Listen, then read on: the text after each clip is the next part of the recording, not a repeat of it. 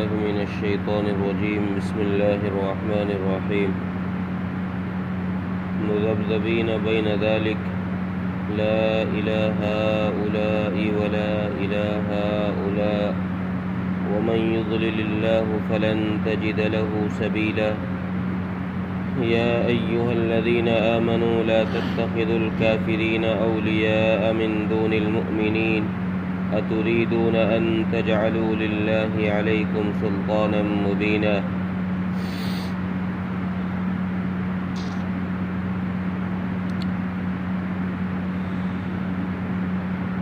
پیچھے سے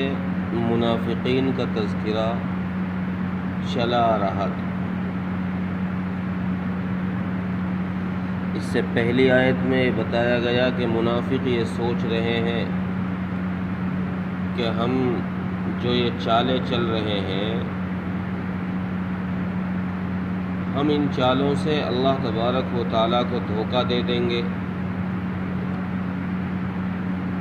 ایسا ہرگز نہیں ہو سکتا، بلکہ اللہ تبارک و تعالیٰ ہی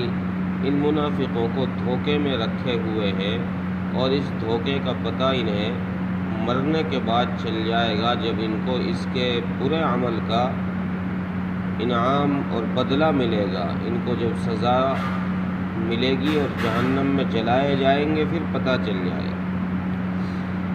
ان آیتوں میں بھی انہی منافقین کا تذکرہ کرتے ہوئے قرآن کریم نے ارشاد فرمایا، اللہ تبارک و تعالیٰ فرماتے ہیں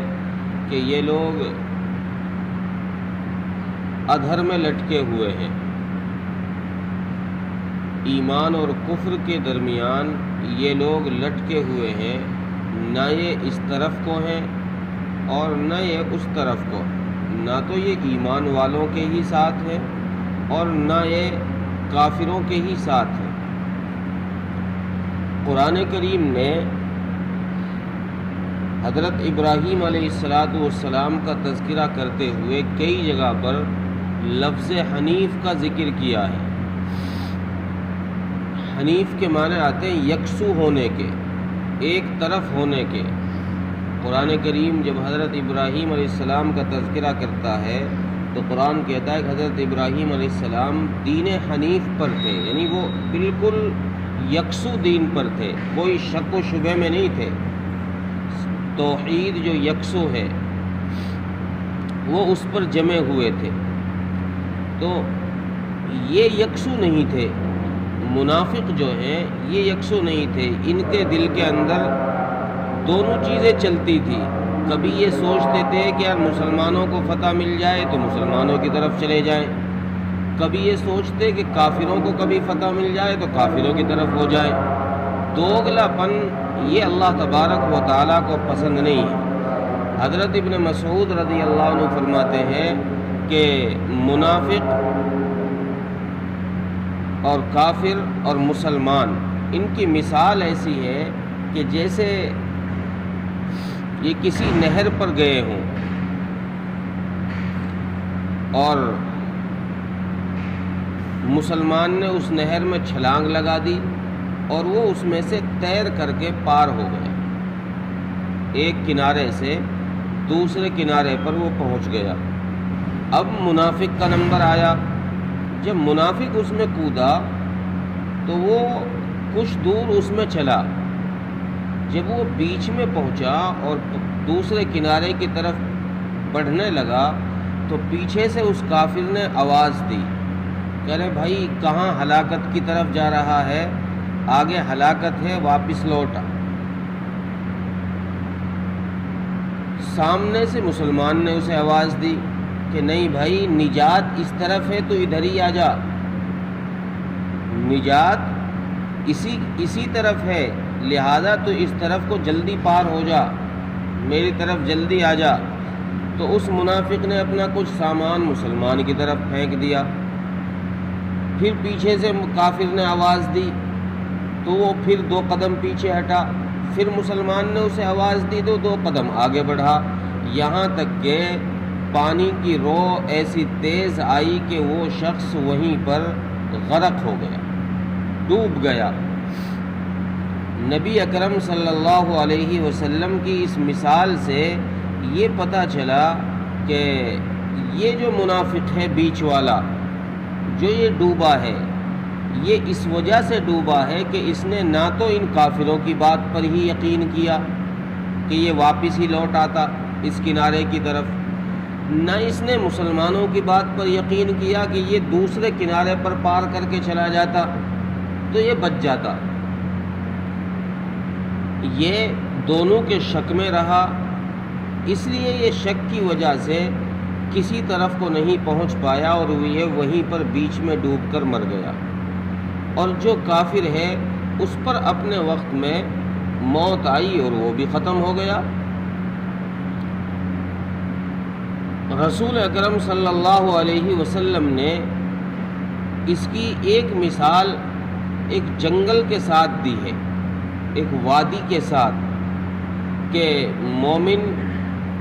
اور منافق اور کافر یہ تینوں کسی وادی پر گئے۔ مومن جو ہے وہ وادی میں اترا اور ایک کنارے سے دوسرے کنارے پر پہنچ گیا، منافق وادی کے اندر اترا اور وہ جب چلنے لگا تو پھر اس میں وہی آوازیں، پیچھے سے کافر نے آواز دی کہ تو آگے ہلاکت ہے پیچھے آ جا، سامنے سے مسلمان نے اسے آواز دی کہ بھائی نجات اس طرف ہے تو اس طرف آ جا۔ اب وہ دونوں کی آوازیں سنتا، کبھی 2 قدم آگے بڑھتا کبھی 2 قدم پیچھے آتا، اسی درمیان میں وہ ہلاک ہو کر رہ گیا۔ پانی کی رو آئی اور وہ اس وادی کے اندر ہی ختم ہو گیا۔ تو منافق کی احادیث کے اندر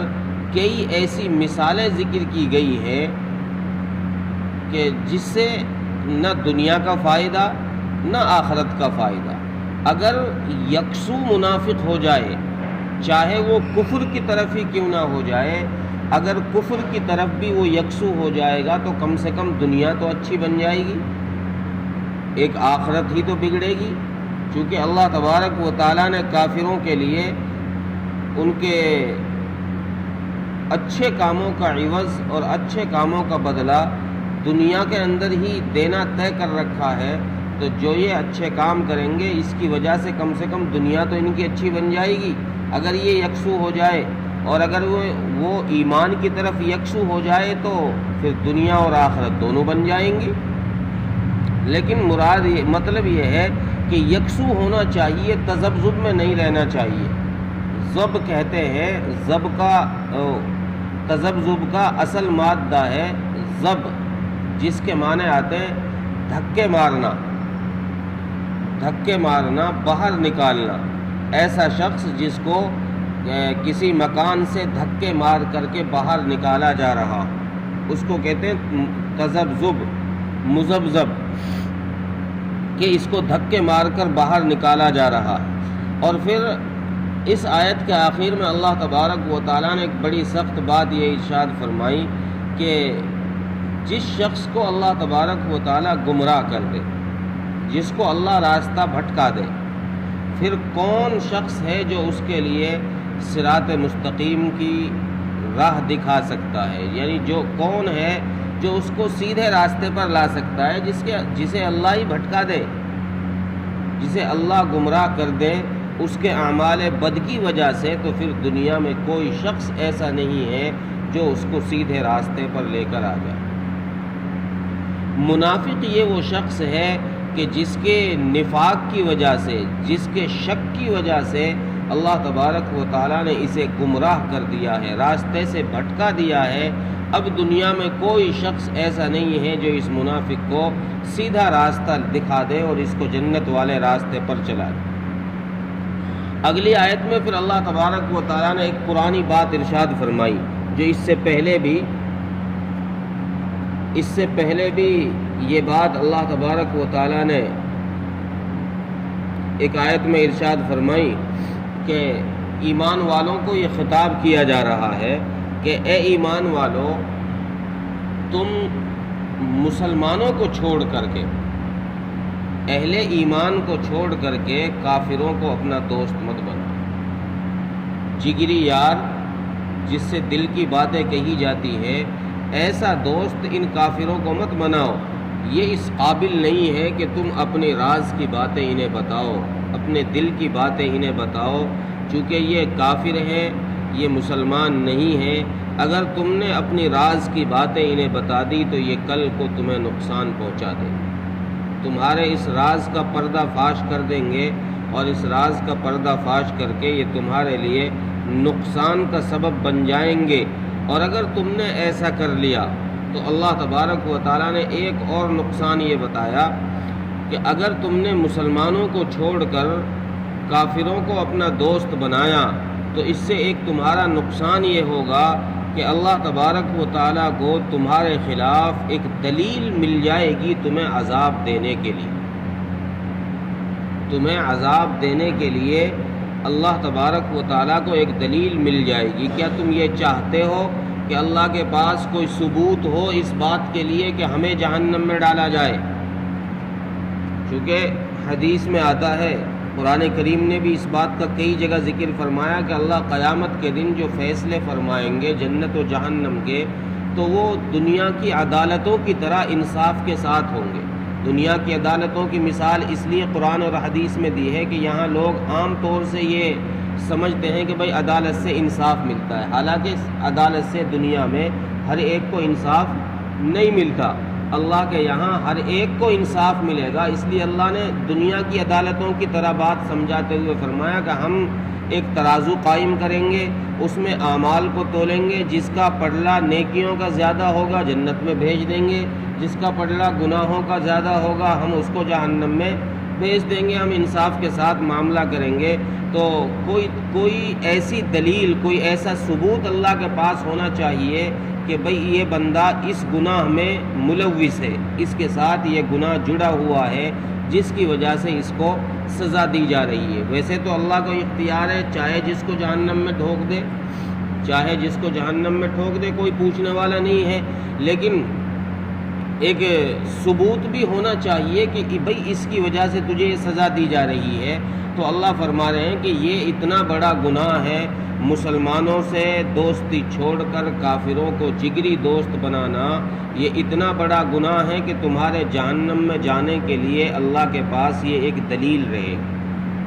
اگر کسی شخص نے ایسا کر لیا تو اللہ کے پاس اس بات کا ثبوت ہوگا، اور اس کی وجہ سے ہی اللہ تبارک و تعالیٰ اس شخص کو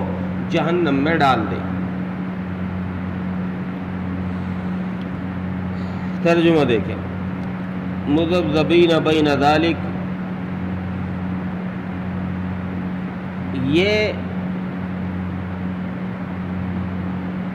یہ منافق ایمان اور کفر کے درمیان شک میں پڑے ہوئے ہیں۔ لا الہ ہؤلاء ولا الہ ہؤلاء، نہ اس طرف کو ہیں نہ اس طرف کو ہیں۔ ومن یضلل اللہ فلن تجد له سبیلا، اور جس شخص کو اللہ گمراہ کر دے پھر اس کو کون ہے جو سیدھا راستہ دکھائے۔ یا ایھا الذین آمنوا لا تتخذوا الکافرین اولیاء من دون المؤمنین، اے ایمان والو تم کافروں کو اپنا دوست نہ بناؤ مسلمانوں کو چھوڑ کر۔ اتریدون ان تجعلوا للہ علیکم سلطانا مبینا، کیا تم یہ چاہتے ہو کہ تم پر اللہ تبارک و تعالیٰ کے پاس ایک صریح دلیل موجود ہو، ایک حجت موجود ہو؟ اللہ تعالیٰ ملک توفیق۔